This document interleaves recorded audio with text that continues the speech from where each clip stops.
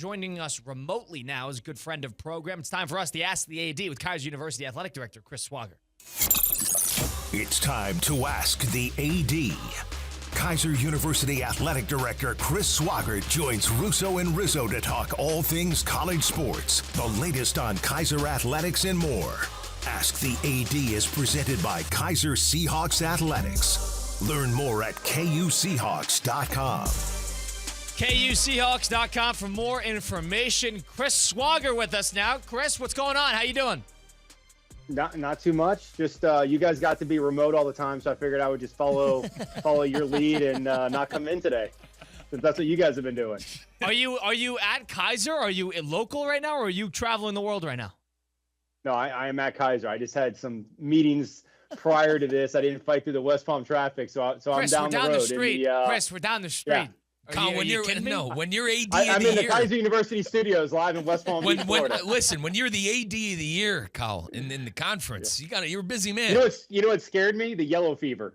Oh, Yesterday or Chris. the other day, I heard you had 2 days left, and Yeah. I'm going on vacation soon, so I did not want to get the yellow fever or the scurvy or whatever it is you're carrying. So. Yep, fair enough. Scurvy. All right, that's fair. That's fair. All right, I'll give you that. We got another day or two until we know that I do not have yellow fever for sure. So good call there. Okay. Chris, really quickly, Christian Cat, our producer, him and Theo Dorsey, that is, are doing stand-up comedy on Monday at Bob Carter's Actors Rep. I'm curious on your perspective. Are you a stand-up comedy guy, number one? Number two, do you think either of those two characters, Christian and Theo, are going to do a good job? This is around teammates and friends of station that they're going to do this in front of in a small little crowd, but they're going to do stand-up here. Do you think they'll be good?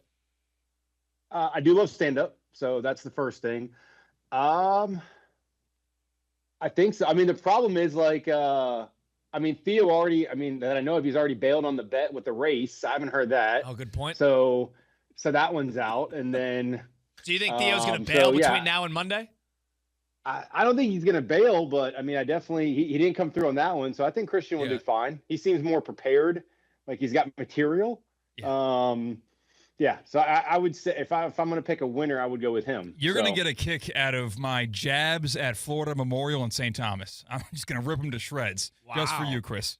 Well, also Theo's Mr. Bobcat. He's Mr. St. Thomas. So I was about to say, give some context here. Chris and Theo have a bit of a rivalry. It's like a weird sibling rivalry-esque kind of thing. They bump heads all the time. So I think there could be some bias here. But, Chris, I do agree with you. I said earlier in the show that I think Christian is going to surprise himself a little bit. I think Christian will be pretty good. So, yeah. And speaking of bets, when's the field goal contest going on? Chris is holding people accountable today. He's holding people accountable. That's coming up, right? Chris, you let me know in a time and a place. All right. When I'm not on I'm on vacation the 25th to the 1st. You let me know a time and place, and I'll do it. You have it being during training camp for Keiser University football. I obviously the beautiful 7-at-7 at Keiser University. We had a great time there. I did get a kick in, and let's just say I'm a little worried. I think maybe my head was a little too big on that, but I will 100%. Already drawing the. Chris, let's put it this way. Already pulling the parachute. We haven't even gotten there yet. Let's pull it this way, though. I will 100% be there, and I will 100% give my best effort. So I'm not going to pull a Theo and just completely disappear. So now, have we figured out what you're doing? We got to figure out something you're doing over there. All right, what are you going to race Colin on the treadmill? Like, we got to figure something out. Chris is going to do. Chris and I are doing a triathlon together. I feel like Chris is gatekeeping right now with all the things with Theo, myself, and Kyle. Mr. Swogger, what are we going to do for the AD of the year?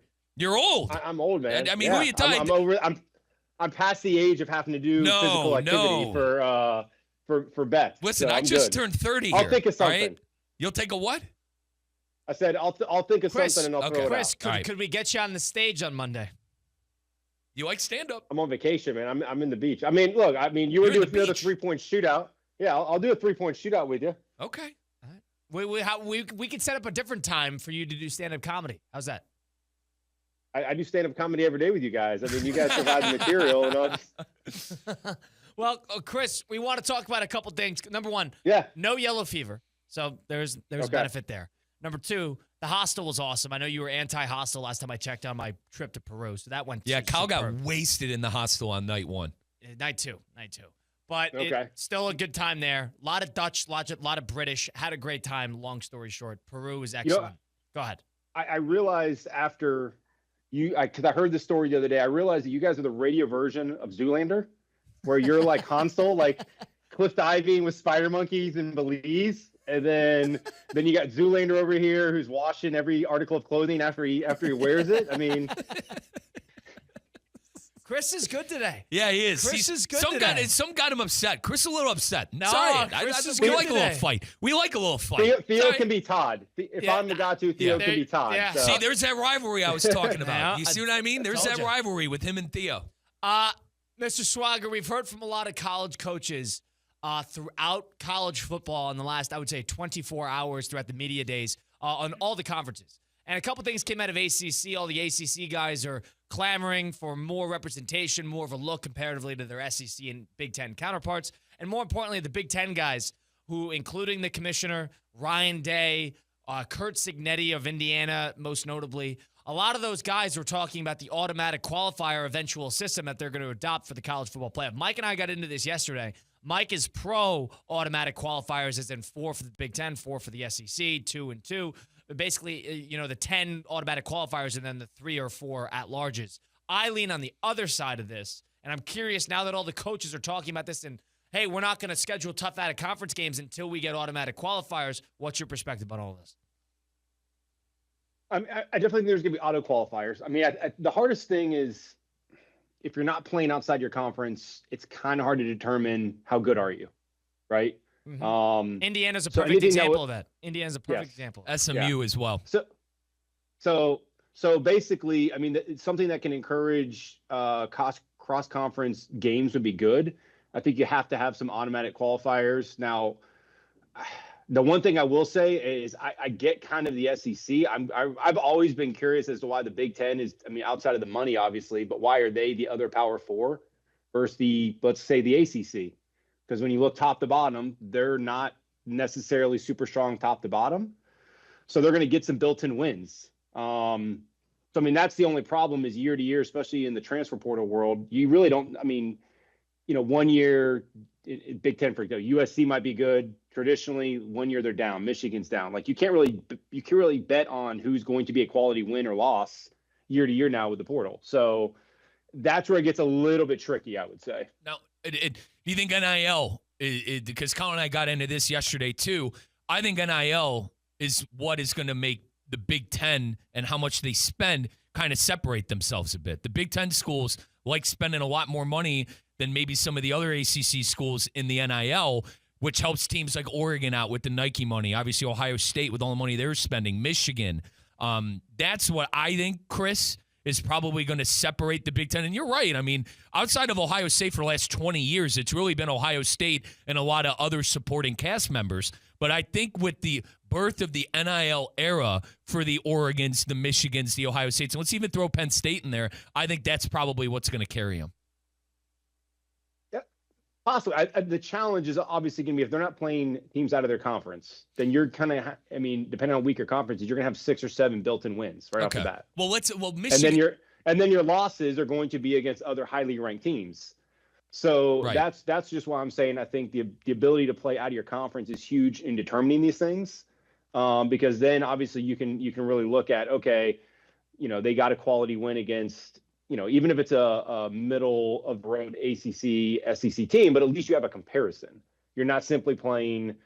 I mean, really, like you said, the last couple of years, if Ohio State loses to Michigan, beats everyone else in the conference, then goes to the championship game, and a bunch of the teams are playing are less than 500, what does that really mean? So, again, I think it's tricky. I think it's going to evolve. I think at the end of the day, everyone's fighting for their spot and their money. So, of course, every conference is going to say they deserve more than somebody else.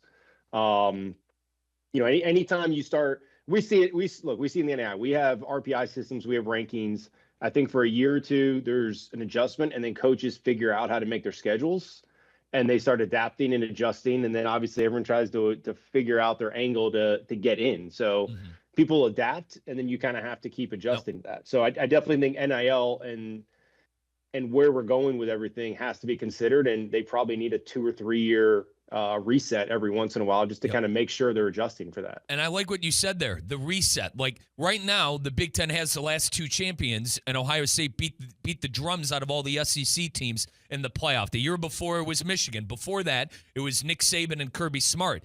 My issue is, and if I could push back a little bit on the ACC, outside of Clemson, pre-NIL, we haven't seen them. And I'm waiting for Florida State to get back to relevance. I've been waiting 2 decades, it seems, for the Miami Hurricanes to get back up there. So that's my pushback as a Big Ten guy to push back on the ACC. It's really been Clemson and a whole lot of nothing. But I like what you said there, Kris, about let's revisit this every 2-3 years and see who has the strongest competition.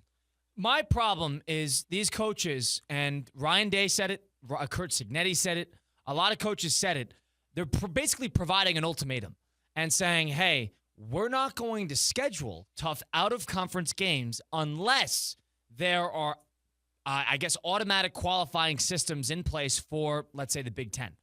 What that means in translation is we're not going to schedule tough, interesting games out of conference unless we get a guarantee that it won't matter in the long run.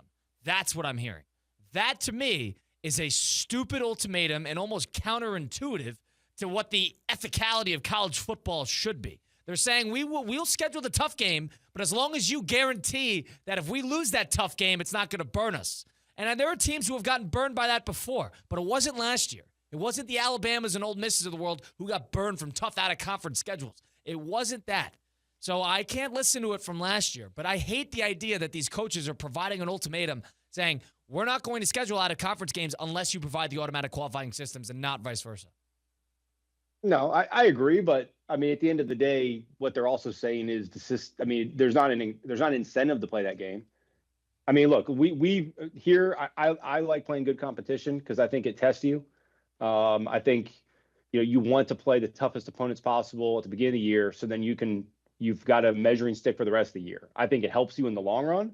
But I also understand if you miss the playoffs and miss the opportunity to go longer in your season, get that NIL money, potentially get recruits, and if you didn't play a game that you didn't need to play, you would have made it. I can understand that argument. So I get why they're saying it. But as a college football fan, you definitely want the best teams. I think to understand really the conferences and who should get in, I definitely think you need some cross-conference matchups. And you have to have them. We have that this year with Clemson and LSU. You have that with Michigan and Oklahoma in week 2. Keep that you in have mind. it with Texas and Ohio State. State. Scheduled before the current stage. Right. And I think, in my personal opinion, boys, I think, Kris, you hit the nail on the head. Everyone's trying to go to bat for their conference. I think these are empty threats. I really do. I think this is just them trying to do the best thing for their current situation in the conference. I don't see them and this actually coming to fruition of them not scheduling opponents if things don't come to fruition of the 4 teams. But I don't know. Like I said, Kris, you hit the nail on the head with every conference is trying to put themselves in the best possible situation. And sadly, for the Big 12 and the ACC, who've been behind the 8 ball with competent teams over the last couple of years, they're the ones kind of getting thrown to the wayside here. Yeah, I would agree. But again, I think it's the full conference. I mean, again, I think you could look at the top, but the problem is Rutgers. They're still, let's say they're play. Yeah, I mean, you got. Let's see, Big Ten. Rutgers, Iowa, Northwestern, Michigan, Minnesota. Minnesota. I was better than that, but yes, Purdue. Traditionally, I'm saying. Correct, sorry, let me correct. rephrase that. Last year, Iowa was good.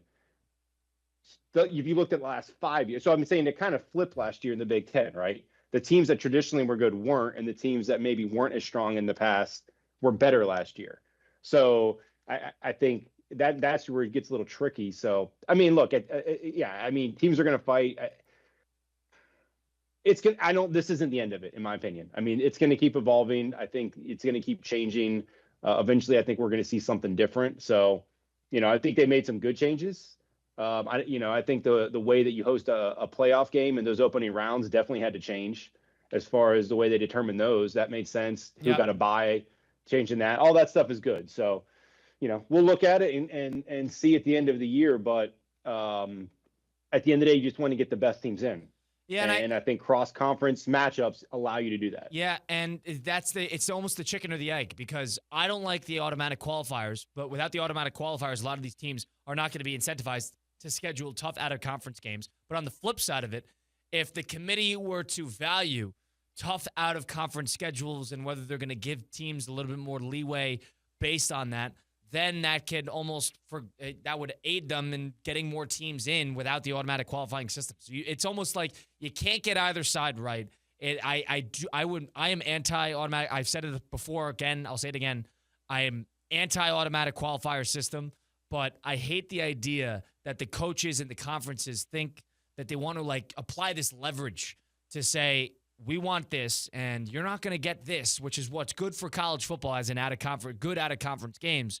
You're not going to get this without that, and that is the automatic qualifier system. Because then all of a sudden you're drawing guardrails because then you already got your 12 or 15 or 13 of the 16 teams already locked in before you even start the playoff, and I don't like that. I would rather just see the teams play, and some people say they don't want to give the committee too much power, but I would say along the lines of let's still trust that we want our eyes, and hopefully the biases don't get too far into it, and we could see which team is the best after 10 weeks instead of determining it now. Right. Yeah. Right. Kris, you're going on vacation. Number one, where are you going? Number two, what's going on in the future with Keiser University? Going over to West Coast, Fort Myers Beach area, Siesta Key area. So going there with the family. Keiser University, we got season tickets coming up soon. So those should be released for football in the next probably 10 days. We got kids reporting back to camp next week for football, and then women's soccer, volleyball, men's soccer. So about 3 weeks away from our first game. So that's exciting. I mean, we're right on the corner. We got the Top 63 event, which we've hosted here on Keiser's campus for, I want to say 5-6 years now. So ESPN Top 63 is August 9th. So I know you guys are big on that. Maybe they'll let you guys out of the studio. I know they don't let you to ACC Media Days or the Super Bowl or anything like that. But that's only Theo. But okay. But maybe you guys will come. I know Colin last year was delivering letters, I think. So he was doing some manual labor. Well, listen, Kris, time out. How do you remember that? Kris, hang on. I was shocked to see you carrying. So I was like, wow, is he actually out here carrying letters out of a truck? Kris, let's give us some credit. Colin was out delivering Top 60 invites this morning, and myself and my teammate Andrew are up at the crack of dawn, 5:30 in the morning. I'm on my way to Dr. Joaquin Garcia. So, give us some little credit. Just like a way to give Colin credit so that you could give yourself credit on the back end. That's kind of what that sounded like. Give us a little credit. All right, we're getting. Are you allowed to say that you went to Garcia? Was that like a secret that was supposed to be revealed later, or no? I just can't believe. To be honest, I can't believe I'm gonna be up at 5:30 in the morning for 2 mornings in a row because I got a flight back home for Mom's birthday this weekend. First flight out. That's how you gotta do it. But Kyle, listen, buddy. 5:30 in the morning, 2 days in a row. I'm pushing it. He's going to be cranky. Yeah, He's going to be cranky. Correct. He's going to be cranky. Well, you're not going to have weather delays that early. That's the problem down here. If you fly out anytime after noon, good luck. Yeah. So, but no, we got Top 63, great event. Get a lot of local talent, which hopefully we playing for us one day. You see playing on Saturdays, Sundays down the road. I mean, a lot of great kids have come out of Palm Beach County. So, great event. Yeah, Kris, maybe they elevate my role this year, and you'll be seeing more of me active at Top 63 for the football this time around. Maybe maybe not. No. You want to know what Kris is going to hear? Good people on the MC. Are you going to be up there doing the show with Theo as well? I have not gotten the playbook yet, but I know for a fact Kris is going to hear good people. Mike Rizzo, Colin Russo, Christian Cat. Go ahead, Kris. Whoever wins the stand-up should have a little set over there. That's actually a good idea. So if Christian wins, Christian's got to do it, and you got to change up your whole routine because it's going to be in front of a bunch of 17-year-olds and their families. And anything to make Theo look bad, Kris is trying to put in the groundwork. He's laying out the groundwork. Making 17-year-olds laugh has probably got to be the most difficult tasks ever. Oh God, ever. Like they don't. It's too cool to laugh at some point, so that they won't want to, but they I would not wish them worse enemy. We're separate. We're a little farther separated than 17 as well. We don't know what's funny at 17. All right. And Kris is hoping Theo would lose this, and Kris is going to be in the back. Correct. With a camera, just Correct. enjoying every second. I got to, Colin. One of these times, we got to get to the root of that rivalry. We got to get to the root of the Theo and Swogger rivalry. All right, we'll see how he does. Well, Kris, we'll let you know how he does on the stand-up comedy, and we're looking forward to talking again soon. Enjoy the vacation, and by the time we come back, we'll be in the thick of fall sports season for Keiser University. All right, we'll talk soon. Thanks, Kris. All right. Kris Swogger, of course, the Keiser University Athletic Director, joining us then with Ask the AD. Appreciate him giving us the time.